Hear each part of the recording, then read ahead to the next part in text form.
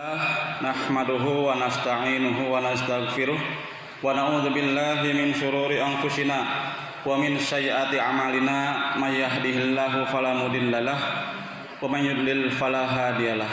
Asyhadu an la ilaha illallah wahdahu la syarikalah wa asyhadu anna Muhammadan abduhu wa rasuluh. Allahumma shalli wa sallim wa barik ala sayyidina Muhammad wa ala alihi wa sahbihi wa sallim. Qala Allah Ta'ala fil Qur'anil Karim, a'udzu billahi minasy syaithanir rajim. Bismillahirrahmanirrahim. Ya ayyuhalladzina amanu taqullaha haqqa tuqatih wa la tamutunna illa wa antum muslimun. Ya ayyuhalladzina amanu taqullaha wa qulu qawlan sadida yuslih lakum a'malakum wa yaghfir lakum dzunubakum. Wa may yuti'illaha wa rasulahu faqad faza fawzan 'azima. Shadaqallahul 'azim. Hadirin jamaah salat Jumat rahimakumullah. Senantiasa kita panjatkan rasa syukur kita kepada Allah Subhanahu wa taala atas segala nikmat yang telah diberikannya kepada kita semua. Nikmat sehat, nikmat iman, nikmat Islam, sehingga dengan ringan hati kita diberikan petunjuk oleh Allah Subhanahu wa taala untuk menghadiri majelis salat Jumat yang insyaallah setiap pekan kita laksanakan, yang kita niatkan untuk senantiasa meningkatkan ketakwaan kita kepada Allah Subhanahu wa taala dengan cara menjauhi larangannya dan menjalankan segala perintahnya. Hadirin jamaah rahimakumullah, tidak lupa sholawat beserta salam kita lantunkan, kita haturkan kepada Rasulullah sallallahu alaihi wasallam, juga kepada sahabatnya, keluarganya, dan juga mudah-mudahan kepada kita umatnya yang senantiasa istiqomah, senantiasa tunduk dan taat kepada petunjuk Rasulullah sallallahu alaihi wasallam. Hadirin jamaah rahimakumullah, hari ini masih dalam suasana bulan Rajab. Di penghujung bulan Rajab ini Allah Subhanahu wa taala memperjalankan nabinya, hambanya dari Masjidil Haram ke Masjidil Aqsa, yang saat itu Rasulullah SAW dalam kondisi berduka dan diperjalankan untuk menghibur beliau dan juga meningkatkan keimanannya kepada Allah Subhanahu wa taala.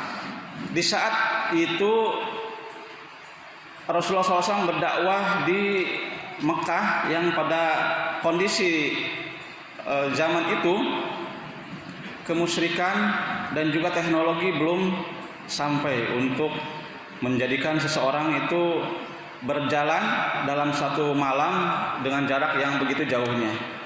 Logikanya pada saat itu perjalanan dari Masjidil Haram ke Masjidil Aqsa Palestina, ya, dari Mekah ke Palestina atau negara Syam pada saat itu kurang lebih 2 bulan dengan kendaraan unta, yang pada saat itu kendaraan yang paling canggih, 2 bulan. Sehingga dengan tanpa keimanan maka tidak akan ada yang percaya, tidak akan ada yang percayai omongan Rasulullah SAW pada saat itu telah diperjalankan oleh Allah Subhanahu wa taala. Tapi kembali kepada kita dalam surat Al-Isra, Allah berfirman, a'udzubillahi minasyaitonir rajim. Subhanalladzi asra bi 'abdihi laila minal masjidil haram ilal masjidil aqsa alladzi barakna haulah linurahu min ayatina innahu huwas samiul basir. Shadaqallahul azim. Subhanallah artinya maha suci Allah dari persangkaan orang-orang kafir pada saat itu, yang telah memperjalankan hambanya dari Masjidil Haram di Mekah ke Masjidil Aqsa di Palestina, di Syam, yang dua-duanya itu Masjidil Haram dan Masjidil Aqsa itu adalah barakna haulah, diberkahi. Jadi kedua masjid ini diberkahi oleh Allah Subhanahu wa taala. Dan juga Allah dengan hal ini maha mengetahui apa yang telah diperbuatnya. Artinya ada maksud dan tujuannya kenapa Allah memperjalankan Rasulullah SAW dari Masjidil Haram ke Masjidil Aqsa dan juga dari Masjidil Aqsa ke Sidratul Muntaha atau langit ke-7.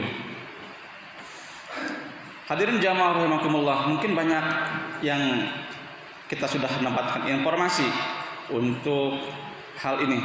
Artinya Isra Mi'raj yang sering kita peringati, sering kita hadiri, sering kita baca bukunya, sejarahnya, itu banyak sekali memberikan input masukan pada pikiran kita. Dan juga mudah-mudahan dari beberapa yang telah kita dapatkan tersebut itu tertanam dalam diri kita minimal 3 hal. Minimal 3 hal yang berhubungan dengan peristiwa daripada Isra dan Mi'raj ini yang Allah abadikan dalam surat Al-Isra ayat pertama ini. Yang pertama, dalam perjalanan ini Allah Subhanahu wa taala mengetahui kemampuan kita sebagai manusia. Jadi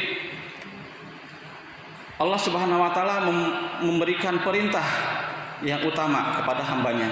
Nanti kita bahas poin ketiga. Dari yang pertama adalah dimaksud dalam perjalanan ini terdapat 2 tempat yang diberkahi, yaitu Masjidil Haram dan Masjidil Aqsa.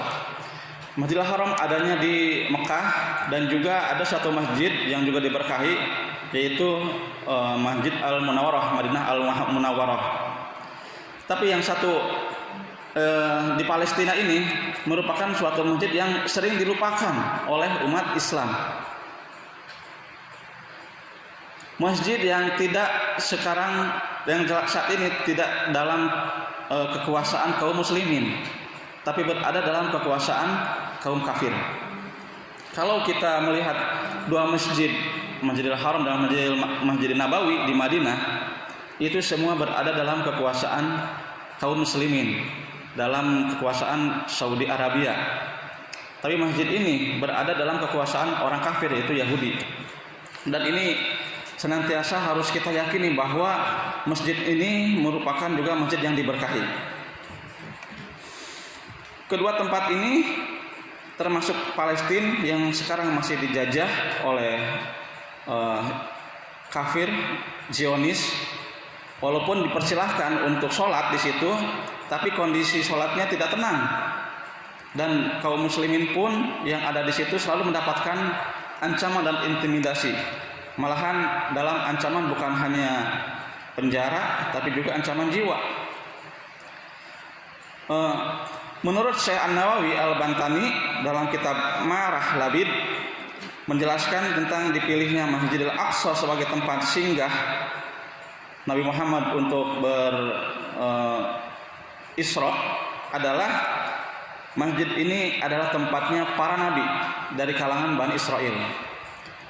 Mungkin kita bisa mengetahui ada Nabi Musa, Nabi Isa, Nabi Zakaria, Nabi Yahya, ini semua berada di di Palestina yang di situ ada Masjidil Aqsa. Jadi inilah tempat yang dipilih oleh Allah kenapa memperjalankan dari Masjidil Haram ke Masjidil Aqsa.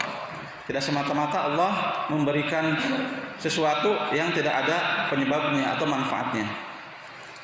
Dan karena hal inilah maka kita selaku muslimin yang jauh dari Masjidil Aqsa itu harus mempunyai perhatian yang lebih kepada masjid ini. Dan ini merupakan kiblat pertama kaum muslimin pada saat diperintahkannya sholat.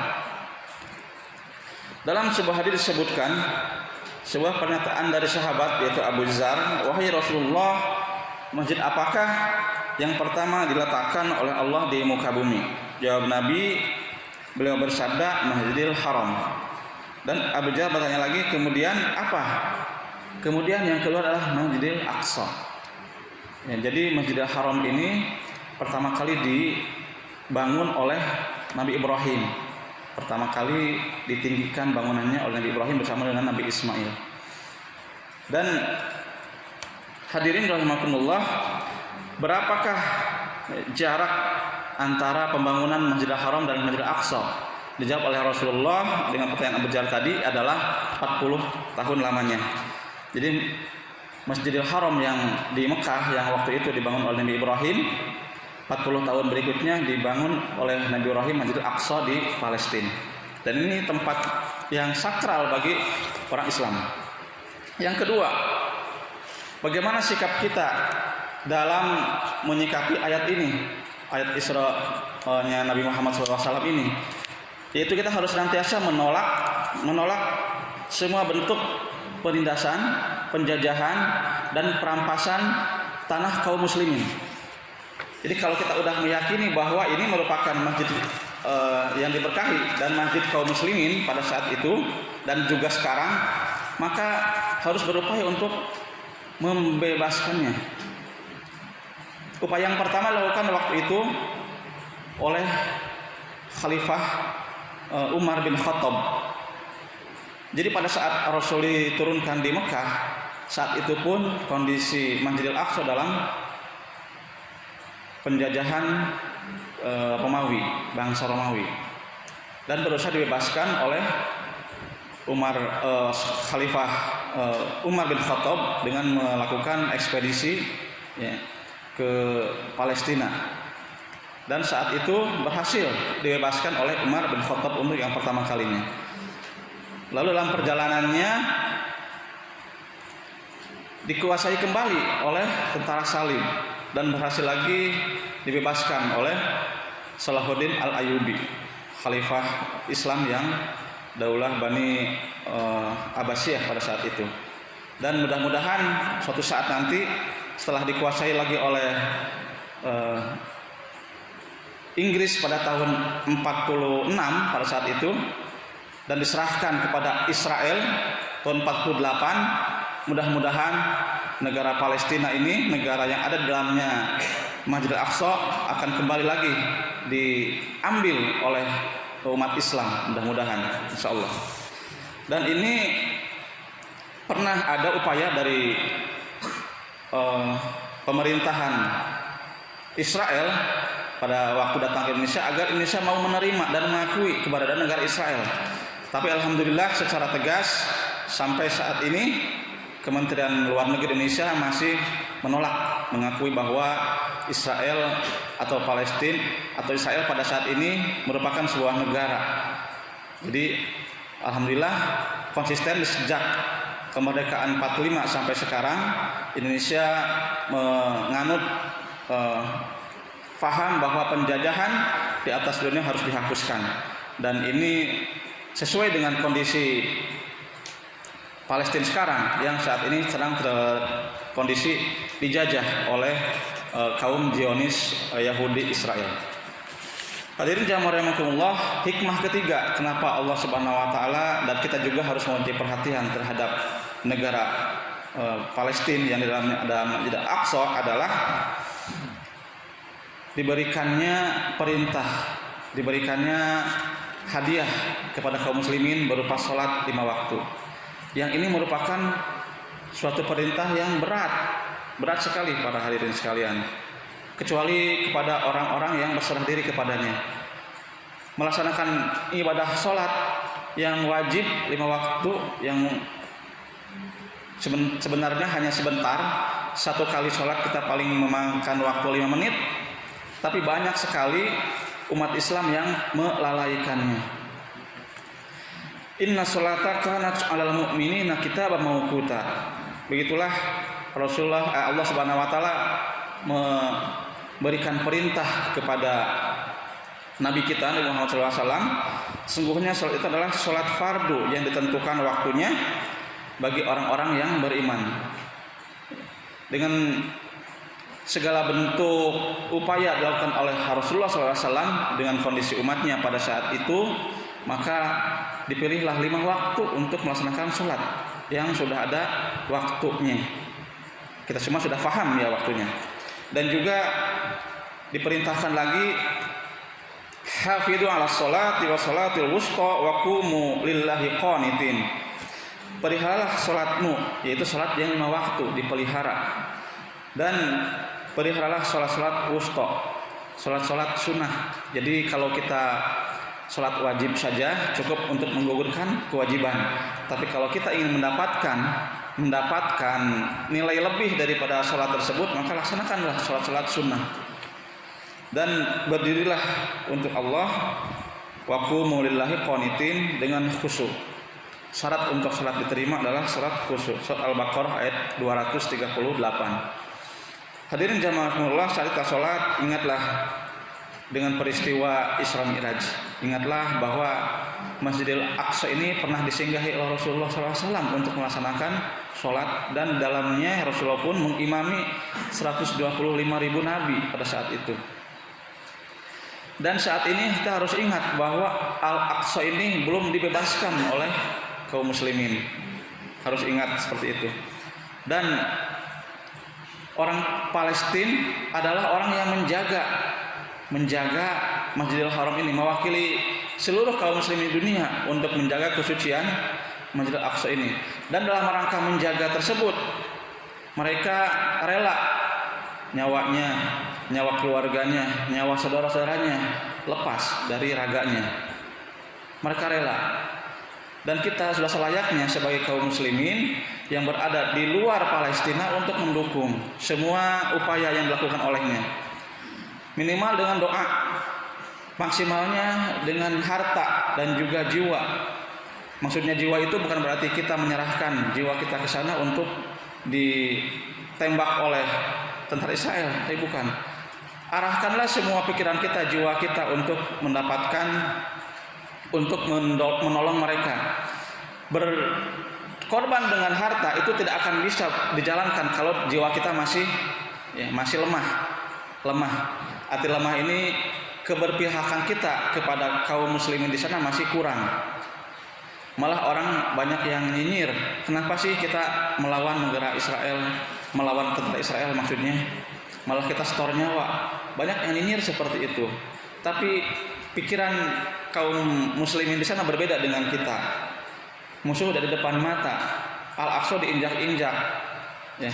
Bagaimana kalau kita melihat ada orang non-muslim datang ke masjid, dia memakai sepatunya, datang ke sini, tujuannya bukan untuk sholat, tapi untuk melecehkan, menginjak-injak sajadah kita, menginjak-injak Quran, membakar Quran. Dan itulah kondisi yang terjadi di Masjidil Aqsa ini. Maka berbahagialah orang-orang yang mempunyai sifat cemburu kepada saudara-saudara kita di sana, cemburu bahwa kita ini pengen seperti mereka. Ya demikian, hadirin rahimakumullah, 3 sikap atau 3 hal yang kita perhatikan. Yang pertama adalah senantiasa kita pelihara sholat kita, ya kita perbaiki. Yang sudah terpelihara tingkatkan, yang masih belum baik diperbaiki, yang masih bolong-bolong dilengkapi. Dan sementara itu kita fokuskan juga pikiran kita untuk membantu saudara kita yang sedang menjaga kesucian Masjidil Aqsa di Palestina.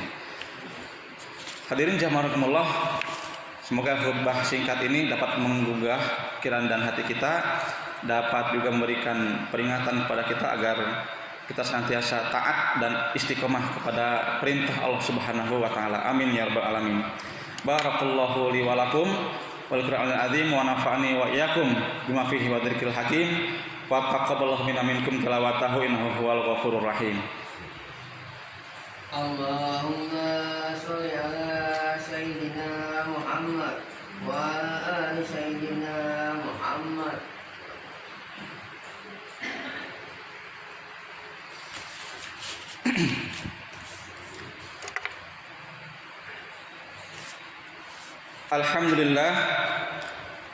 Alhamdulilladzi wa kafa wassalatu wassalamu ala sayyidina Muhammadil Mustafa wa ala alihi wa sahbihi ahli sidqi wal wafa. Asyhadu an la ilaha illallah wa la syarikalah wa asyhadu anna Muhammadan abduhu wa rasuluhu alladzi la nabiyya ba'dah. Allahumma shalli ala sayyidina Muhammadin wa ala alihi wa ashabihi wa sallim.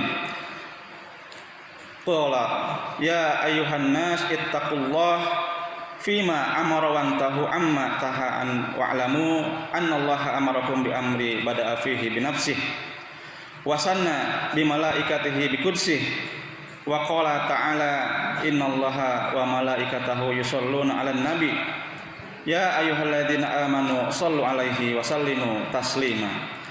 Allahumma shalli 'ala sayyidina Muhammadin sallallahu alaihi wasallam wa 'ala alihi sayyidina Muhammad wa 'ala anbiya'ika wa rasulika wa malaikatil muqarrabin wa ardallahumma 'anil khulafa'ir rasyidin Abi Bakrin wa Umar wa Utsman wa Ali wa anis sahabati ajma'in wa anit tabi'ina wa tabi'ihim bi ihsan ila yaumiddin waladina ma'hum bi rahmatika ya arhamar rahimin amin ya rabbal alamin.